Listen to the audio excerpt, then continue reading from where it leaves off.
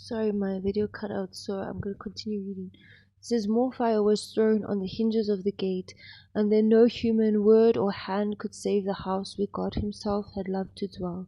Never did the stars of night look down on a more piteous scene. Sky and hill and town and valley were all reddened with the fearful hue.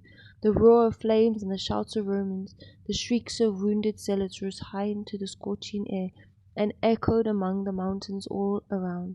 But sadder far was the wail of broken hearts which burst from the streets below, when marble wall and roof of gold came crashing down, and the temple was no more. Then and only then did the Jews let go and trust to which they had clung, that God would deliver His ancient people, smiting the Romans with one sudden blow. 20. The citadel taken. The upper city then became a last refuge for the despairing remnant of the garrison.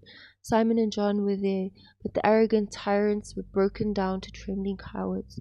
And then, after 18 days' work, banks were raised, and the terrible ram began to sound anew on the ramparts, and panic-struck Jews fled like hunted foxes to hide in the caves of the hills. The eagles flew victorious to the summit of the citadel, while Jewish blood ran so deep down Zion that burning embers were quenched on the red stream. The siege lasted 134 days, during which 1100,000 Jews perished, and 97,000 were taken captive. Some were kept to grace the Roman triumph.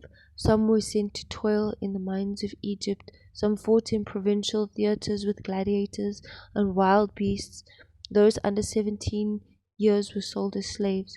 John was in prison for life. Simon, after being led in triumph, was slain at Rome.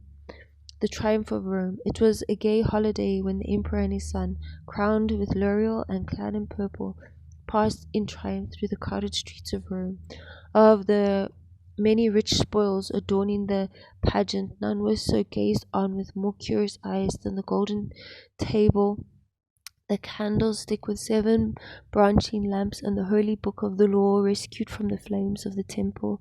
It was the last page of a tragic story. The Jews, homeless ever since, yet always preserving distinct nationality, were scattered among the cities of earth, to be the Shylocks of the day that is gone by, and the Rothschilds of our own happier age.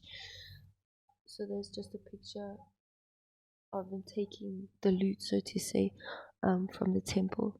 So I'm going to stop there for now, and anything else that I learned and that I've gotten my mind wrapped around when it comes to history around the Bible, I will share, because I'm quite interested in the prophecies of Daniel and the King Cyrus and Darius and Xerxes, Artaxerxes. All these people are mentioned historically in the scriptures. So I'm going to stop, and I hope that was interesting to whoever was interested in this. Sorry, it's a bit gruesome, but yeah, oh yes, I had one more thing I wanted to share. So this here is during the time of Jesus. So King Herod the Great was ruling at the birth of Jesus. We've got the Roman emperors in big in the left hand side, and you can see the names there, and you can see then what was going on. This is the disciples, John the Baptist, passion and death of Jesus around 30. And so what's interesting, what I came across, is that the destruction of the temple is at 70 here, right? And it says here, Cherub uprising, Jerusalem destroyed by Titus. And none of the gospel writers mentioned any of these things in the scriptures. And so I would say, because none of them mentioned it, that the scriptures, the gospel letters, would have been written before. Some people try and put John, who was exiled on Patmos, as far as 90.